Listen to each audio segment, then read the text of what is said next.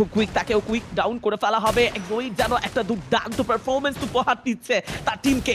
এখন পর্যন্ত তিনি একা নয়, তার টিমের বাকি প্লেয়াররাও যথেষ্ট ভালো সাপোর্ট দিচ্ছে। তুসিনের এইচপি বেশি নয়, খুব কুইক তিনিও ডাউন হতে পারেন। Sejan the last one athlete. ও লং থেকে কুটুস সারপ্রাইজিং কানেকশন, দুজন প্লেয়ার ব্যাক টু ব্যাক হবে ডাউন সেজানের জন্য। It's a big opportunity. এক্সোইড যদিও তার আগে রিভাইভটুকু দিয়েছেন, এন্ড সেজান হবেন একই জায়গায় তার টিমের সাথে ডাউন অ্যান্ড এক্সট্রিমলি অ্যাংস।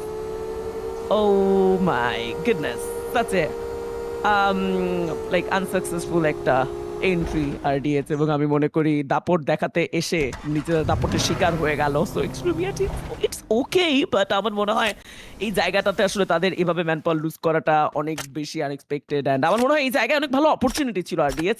তারা যদি সেই জায়গায় আসলে সাদিয়া গেমিংদের প্রপারলি ডমিনেট করতে পারতেন, তাহলে আমার মনে হয় রেড হক্সকে ডমিনেট করাও তাদের জন্য ইজি হতো, কারণ ম্যানপাওয়ারের একটা গ্যাপ আমরা প্রত্যেকেই লক্ষ্য করেছি সেই জায়গায়।